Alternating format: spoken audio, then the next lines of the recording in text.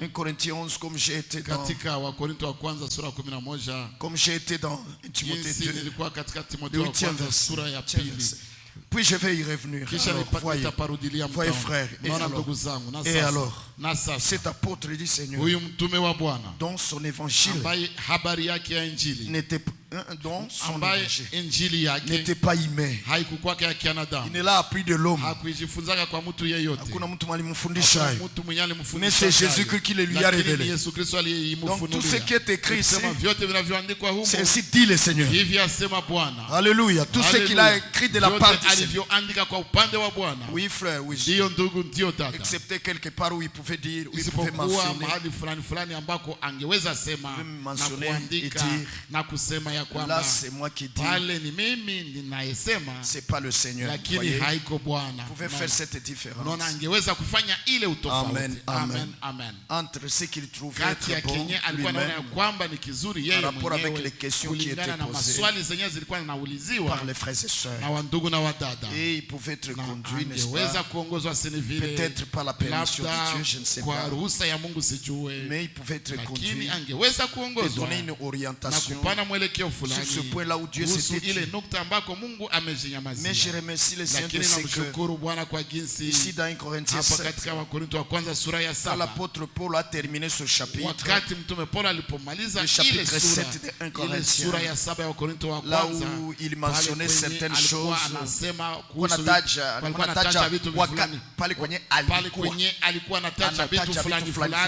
en ajoutant que là c'est pas le Seigneur, c'est moi. Mais là à la fin de la chapitre 7, il pouvait aussi ajouter. Et c'est important que nous le lisions. Que Dieu vous bénisse dans le nom du Seigneur Jésus. Et c'est important que nous le lisions.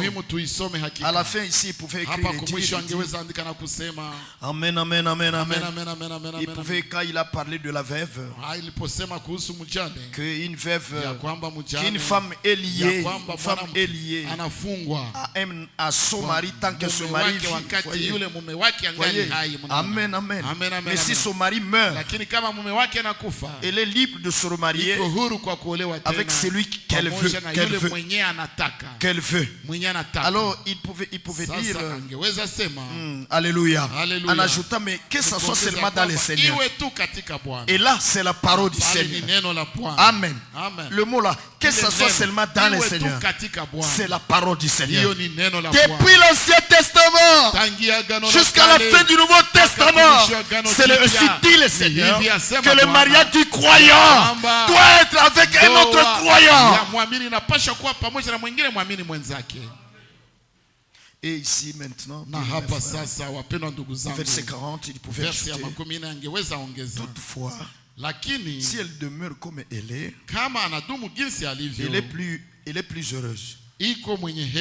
C'est mon avis. Voyez, c'est mon avis.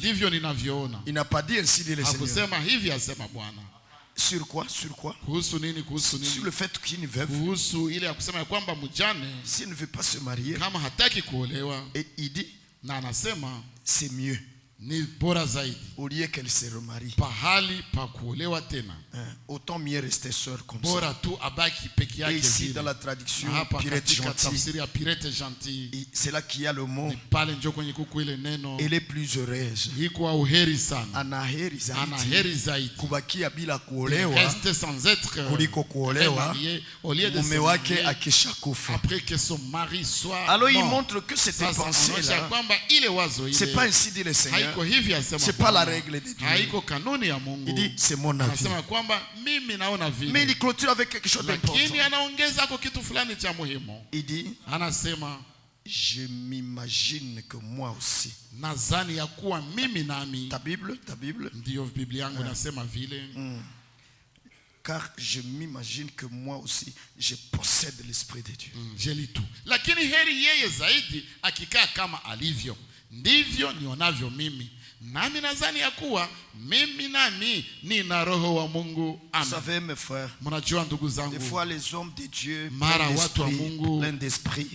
plein d'esprit, ambao mara watu wa Mungu ambao wanajaa roho, plein d'esprit, ambao wanajaa roho, ils vous disent des choses, wanawaambiaka vitu, et vous pouvez les jeter derrière vous, kuvitupa nyuma yako, les prendre à la légère, kuvikamata ule jaleja, puis ça va vous rattraper, kisha vitakupata kule mbele.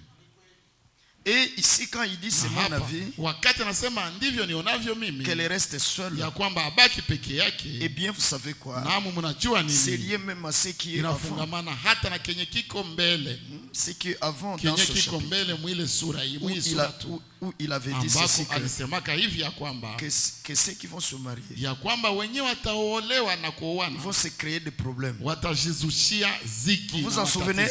Mnakumbuka ile andiko? Est-ce que vous en souvenez? Je mnakumbuka ile andiko? Il avait cette pensée là, alikuwa kana ile wazo ile ambayo ilikuwa inakaa ndani yake, ambayo ilikuwa inakaa ndani mwake, et le fait vraiment qu'il voulait, il avait vraiment les grands désirs ardents en lui-même, acha kuwa kabisa shauku kubwa de voir le peuple de Dieu en paix, kuona watu wa Mungu katika amani, kuona watu wa Mungu wakiwa katika amani, katika amani. Il voulait ça, alors il a donné tous les arguments possibles. Et c'est toute la vérité, mes frères. Parce que Paul n'a pas menti quand il dit que ceux qui veulent se marier, ils auront des problèmes. Ils auront des problèmes de la chair. C'est tout un problème. Oh là là, mais que Dieu fasse grâce à nous tous. Alléluia, alléluia. Alléluia, alléluia. Et puis ensuite, à part les problèmes, il y a aussi le fait que ceux qui sont mariés, ils s'occupent peu des affaires du Seigneur. Voyez, toutes ces choses-là. Alors Paul voulait que il soit sans inquiétude, il soit sans inquiétude, ou alors sans distraction, comme c'est traduit dans cette Bible. Oui, frère, ici au verset 35, au verset 34, 35, 33, voyez, vous pouvez lire toutes ces choses. Oui, frère. Même depuis le tout début là-bas, la pensée là qu'il donne, la pensée là qu'il donne à la veuve, il l'avait déjà dit encore à tous ceux qui ne sont pas mariés.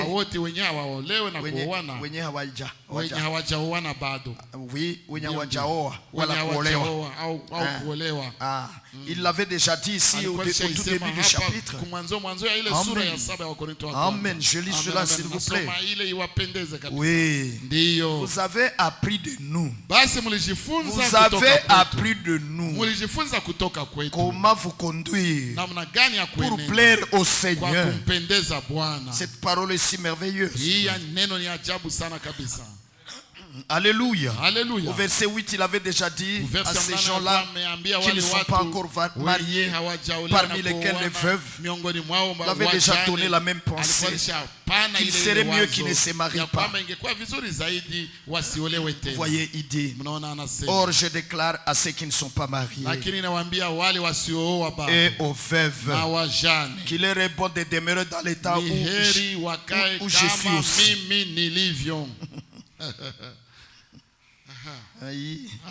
C'est suprême. C'est suprême. C'est le beau suprême.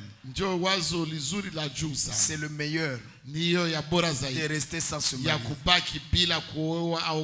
Mais ce n'est pas l'enseignement de Dieu que l'on ne se marie pas. Donc ce n'est pas la doctrine. Oui, oui, ce n'est pas la doctrine. Parce que, au fait, ici l'apôtre Paul a équilibré cette pensée. Il avait équilibré cette pensée. Et il a dit que toutefois, chacun a reçu son don de Dieu. N'est-ce pas? Et cela fait penser à Matthieu 19, le verset 12. Je crois que c'est le verset 12. Où la parole de Dieu dit que il y a des eunuques qui sont nés eunuques. Donc les gens qui ne peuvent pas se marier. Il y a qui naissent eunuques.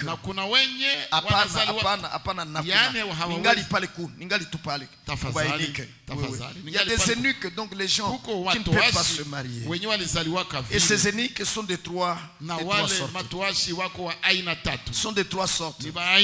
Il y a qui sont nés eunuques. Il y a qui se sont fait eunuques pour le royaume de Dieu.